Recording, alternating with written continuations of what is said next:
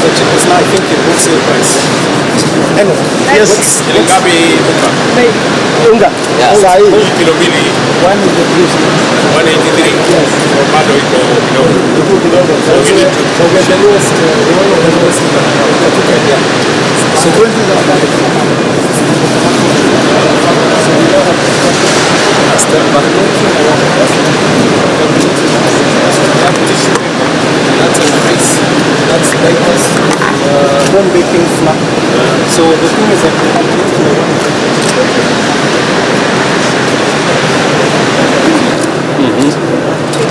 And the exciting thing is that we are actually 2 years old as a company manufacturing ready-to-eat foods. So with Twiga now we get to go across the country instantly. And so we focus on just marketing. So what do you do chicken? So what we do the two. We're also a manufacturing. When you pre-cook the it's dried. And it's dried with vegetables and tomatoes. So whatever Twiga has that goes to waste in the tomato, goes to right. So that's what Nairobi and Kenya, even Kiambu, is a silicon savannah. Our young people have ideas, but you'll find that many who have registered these companies, these innovations, are not even domiciled in Kenya because of our laws. We can de-risk investments into this, and I'm glad Meg is here. She understands this area very, very well.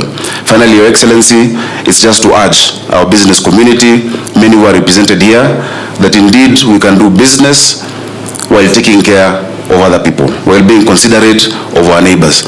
I know there has been some outcry. Your Excellency, yesterday I closed a few establishments that have been making noise in residential areas. And I said, Your Excellency, on that one we will not relent. Let us be thoughtful to other people. If you have refused to soundproof, if you have refused to provide access, then do your business in a different place. But let our children have peace. Let them sleep. We have too many people, Your Excellency, even with mental health problems because of insomnia, because of this establishment. So we want to support business. We're a pro-business government. I know Moses Kuria, we've discussed this many times. We're providing designated areas in Nairobi, in CBD, in some parts of Westland, some parts of Upper Hill, where you can play music as much as you want. But we will give our children peace in our neighborhoods so that we can bring back order. Bringing back order, Your Excellency, is not always a smooth process. It is painful, but it must be done. And sanity must be brought back to our country, to our cities. And I pray that Kiambu also will follow Q. We have an opportunity to assist and support farmers, because when we have this ASLA fund, which you are ably leading and launching on Wednesday, Your Excellency, there will be an opportunity for startups and small businesses across our country to invest in small enterprises, getting 2,000, 5,000, 10,000, aggregating that into large production and delivering them in big quantities will support this industry like Twiga and many others. So, Your Excellency, for me, I'm very happy, and we will stand with my brother in organizing the grassroots, in organizing our farmers and delivering them to the big industries like this one. For Peter, you are a leading example in our country, because many people who have started business actually gave up at the startup, at the beginning. But you've been resilient, you've been hardworking, you've been focused, and I can now see you have a portfolio of 140,000 outlets in this country. So we celebrate you. It is not easy, especially in this country, to close your ears to detractors, and there are many detractors. And this morning, Steve and I had a conversation and agreed that we are going to move until you tell us to stop. I know there's been a lot of, people to pull you back left and right, but I think your government and the work you've given us is to really promote foreign direct investment, promote domestic investment, and create an environment that is conducive for doing business. And there's one thing you've also taught us, to look at the positive side of people, not the negative side. If you want to see the negative side of people, you'll find so many negatives. But I think it's possible to focus on the positive things that are happening. So I want to assure Steve that we're going to sit together, as indeed the President has directed this morning, look at our framework for the special economic zones. We have got 13 privately licensed special economic zones in this country. And among them, very, very few have taken off. And Tatu City is one of them, and I'm very proud of that. So we're going to work with Tatu City to create a good benchmark for other private special economic zones, review the framework, and generally ensure that we are working together, because this is a shared responsibility between the private investors and ourselves. And I dare say that those people who are doing nothing should not fault those people who are trying to do something. So ours as a government is to support those people who are trying to do something, even if they're not perfect. I always believe that every sinner has a future and every angel has a past. So we will work together and fix those few issues and be able to move forward. But the Hustler Fund has a space for everyone. Like we started M-Pesa like a joke. Today everybody is struggling to find their space within M-Pesa. I look forward, within only 1 year, everybody will be saying, I am Hustler Fund compliant, because they will have something to do the Hustler Fund. And what we are going to do with my brother Simon is to create a framework where everybody can be able to hook up into the Hustler Fund. Finally, Your Excellency, we have agreed with Peter that the aggregation centers which you are supporting us, the export aggregation centers in Uganda, in DRC, in South Africa, in Dubai, in the US, in South Korea, where we were last week, that we can be able to use our technology-driven distributors like Twiga, like Market Force and others to be able to help us in expanding our exports and creating a last mile infrastructure for being able to drive the Kenyan product. So all these things is because we are a government that is welcoming to investors, that is willing to work with private sector under the public-private partnership. I do believe that we were in South Korea last week and we saw an economy that is 18 times as big as our economy in terms of GDP. Yet some 50-60 years ago, we were giving them money. Same population, around 50 million people, it is doable, and we are going to do. In doing this, we are going to have some division of labor. What you have shown us is to focus on work. We are focusing on work.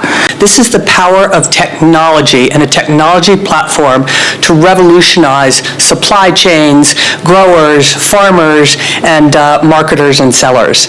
And so I want to congratulate Peter. He is one of the great entrepreneurs of Kenya, and you deserve a huge round of applause. You come to Twiga today and you say, well, this looked pretty easy. You know, built a big warehouse, aggregated a few sellers. I think very few people appreciate what entrepreneurs go through to work hard, to be persistent, and to make sure that they overcome every obstacle that is thrown in front of you. And you have done a remarkable job in that regard. I would just say, I think the possibilities for companies like Twiga in Kenya are amazing. And you can see that by the level of foreign direct investment in this company. There are American investors, European investors, venture capital investors, donor groups like USAID and DFC, the Development Finance Corporation. And that shows the power of a very, very good idea.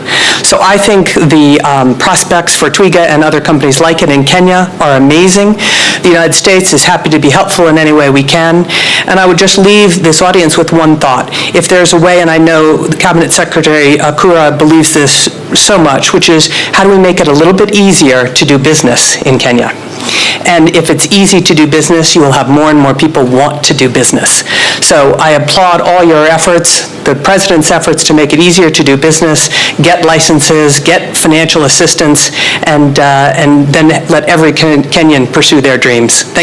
You have put together a huge enterprise that connects farmers, traders, business people in one circuit, combining the efforts of ordinary people, ordinary farmers, the hardworking people, using technology to markets and to products.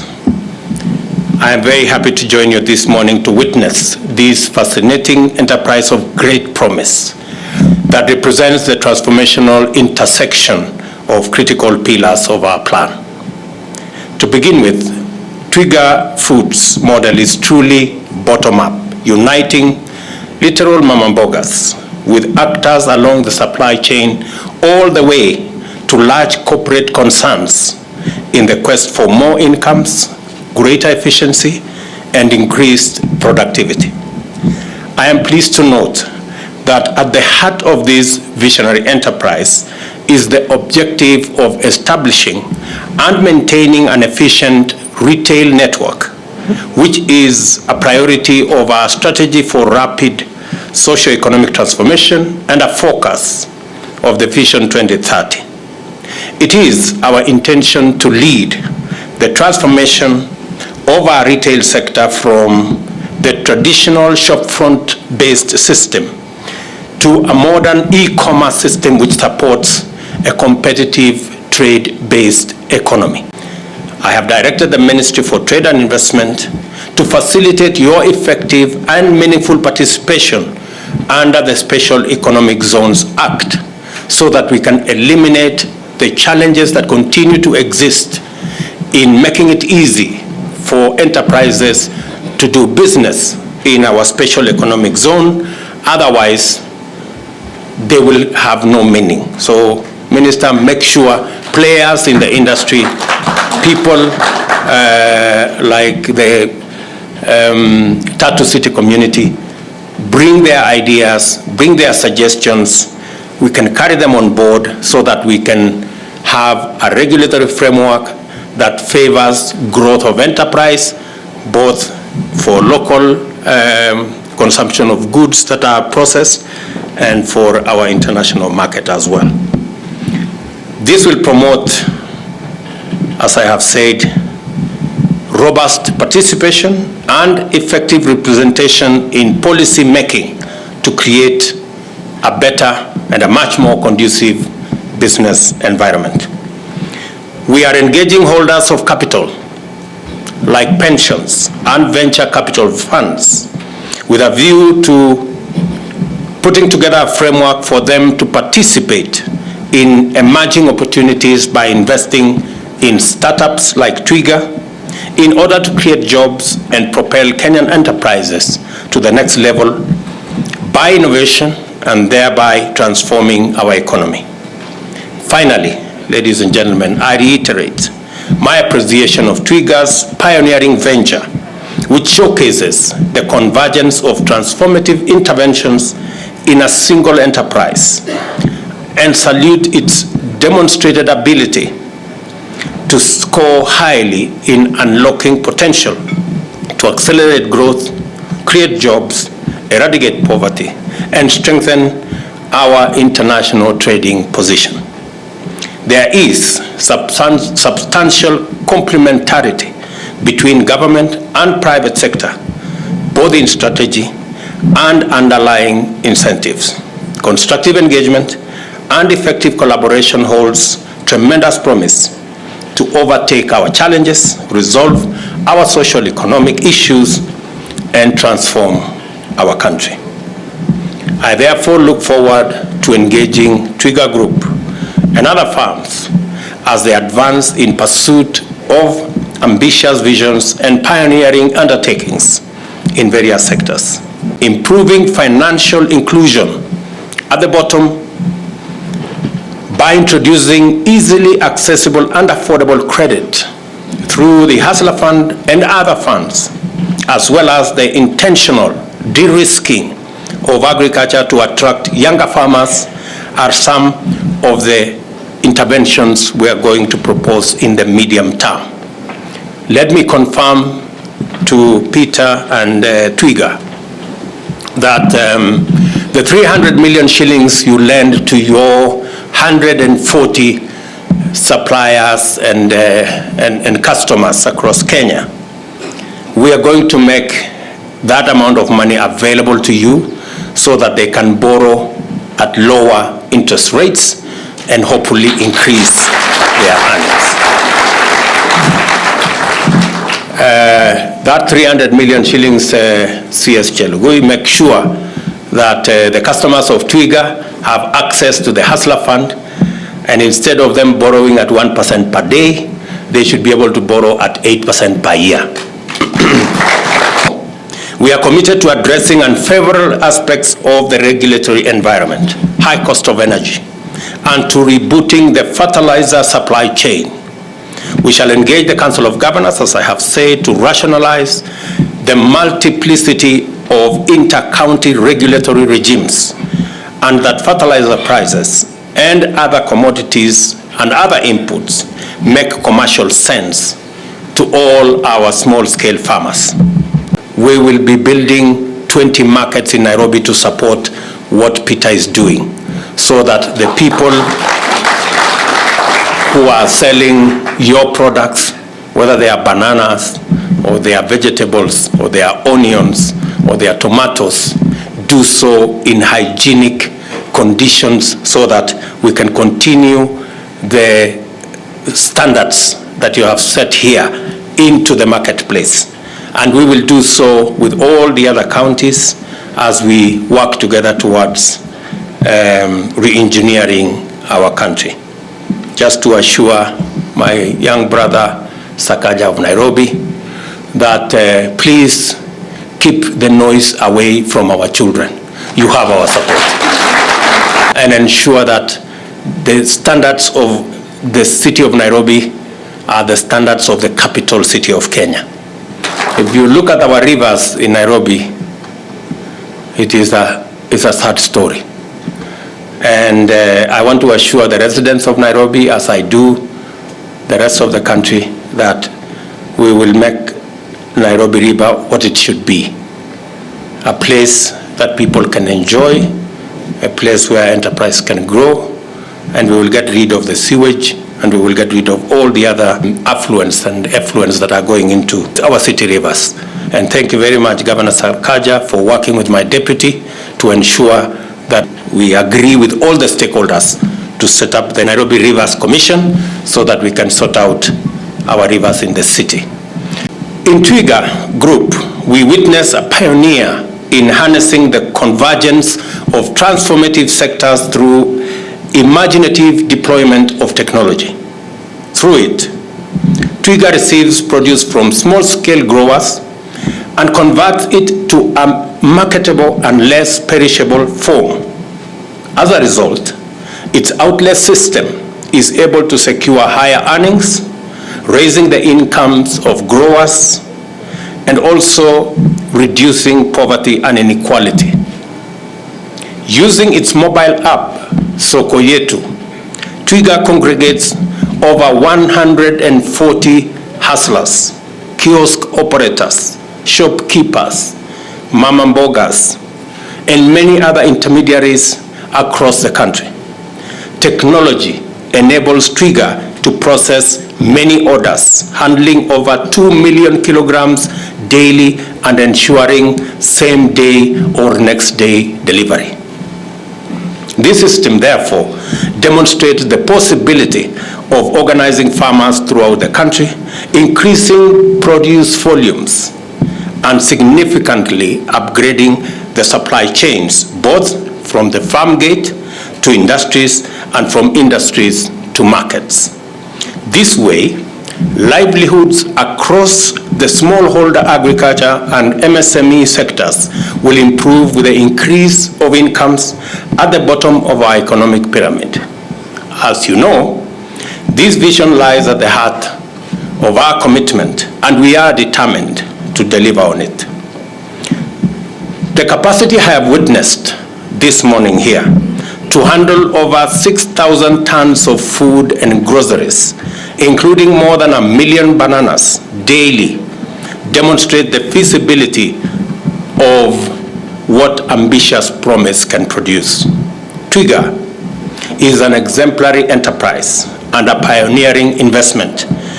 Its setting up in the special economic zone locates it in an advantageous position to access and satisfy local and regional markets throughout East Africa and Central Africa.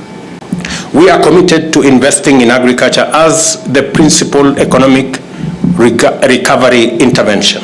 Moreover, because of the agricultural sector's natural robust linkages, other key pillars of our transformational agenda, that is manufacturing and the micro and small enterprise, strongly feature actors in the agricultural value chain.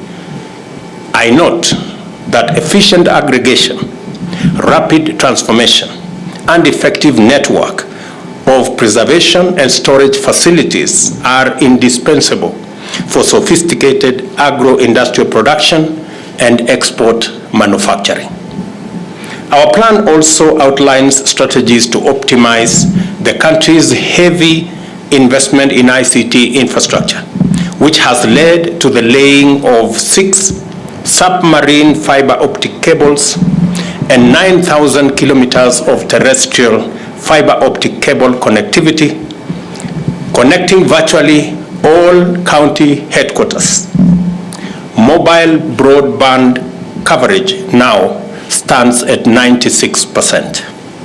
We have pledged to invest another Kenya shillings 40 billion in the digital superhighway to facilitate universal broadband connectivity across Kenya by constructing an additional 100,000 kilometers of mainly last-mile fiber optic networks across the country.